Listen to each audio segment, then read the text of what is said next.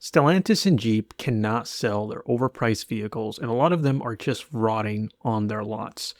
This Wagoneer has been sitting for over 715 days.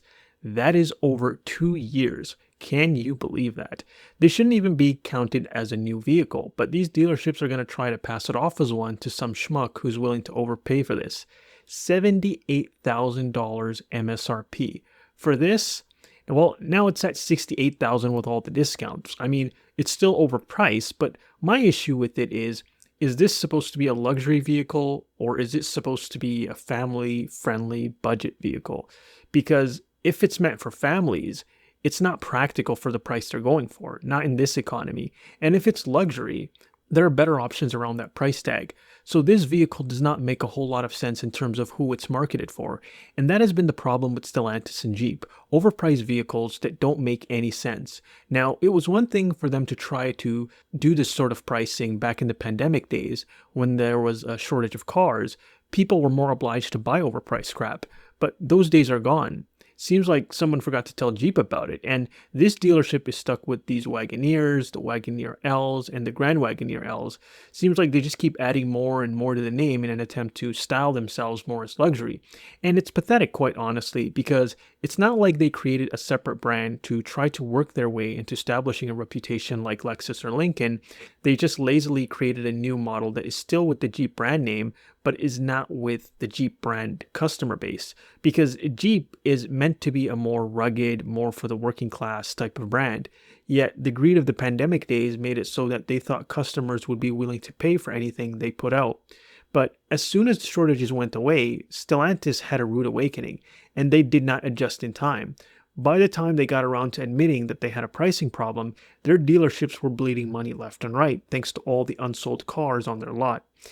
And Stellantis and Jeep have been paying the price for it since. Last year in 2024, it was the sixth consecutive year of declining sales. Stellantis sales fell by 9% year over year. According to this chart, the Compass, Gladiator, and Wrangler all fell year over year despite massive discounts and incentives.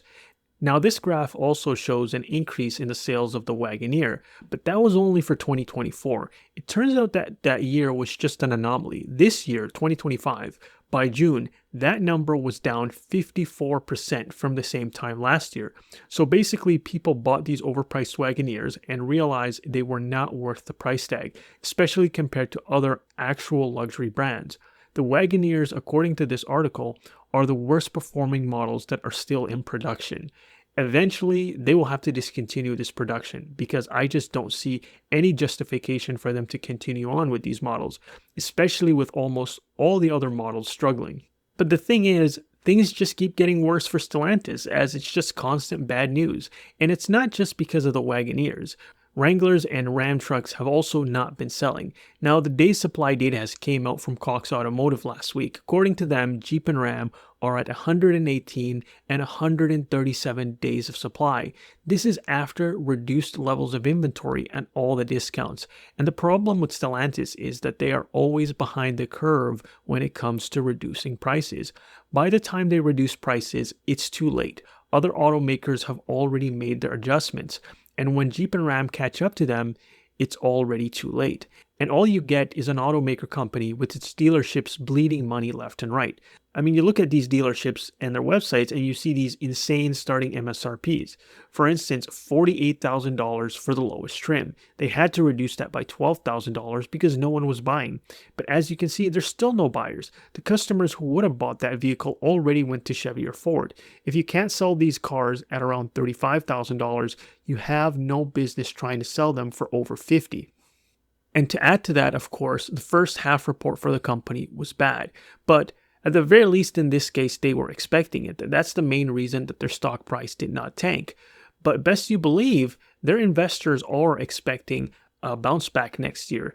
They're not going to put up with this indefinitely.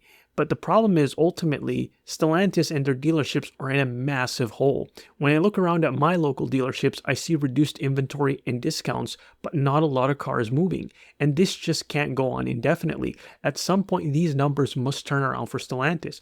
And the problem is, there isn't much of a leeway. The economy is bad and consumers are just not into Stellantis cars right now. So if Stellantis is going to turn the ship, it's not going to be in the near future. It might be a long wait before they can clean up the mess that they put themselves in.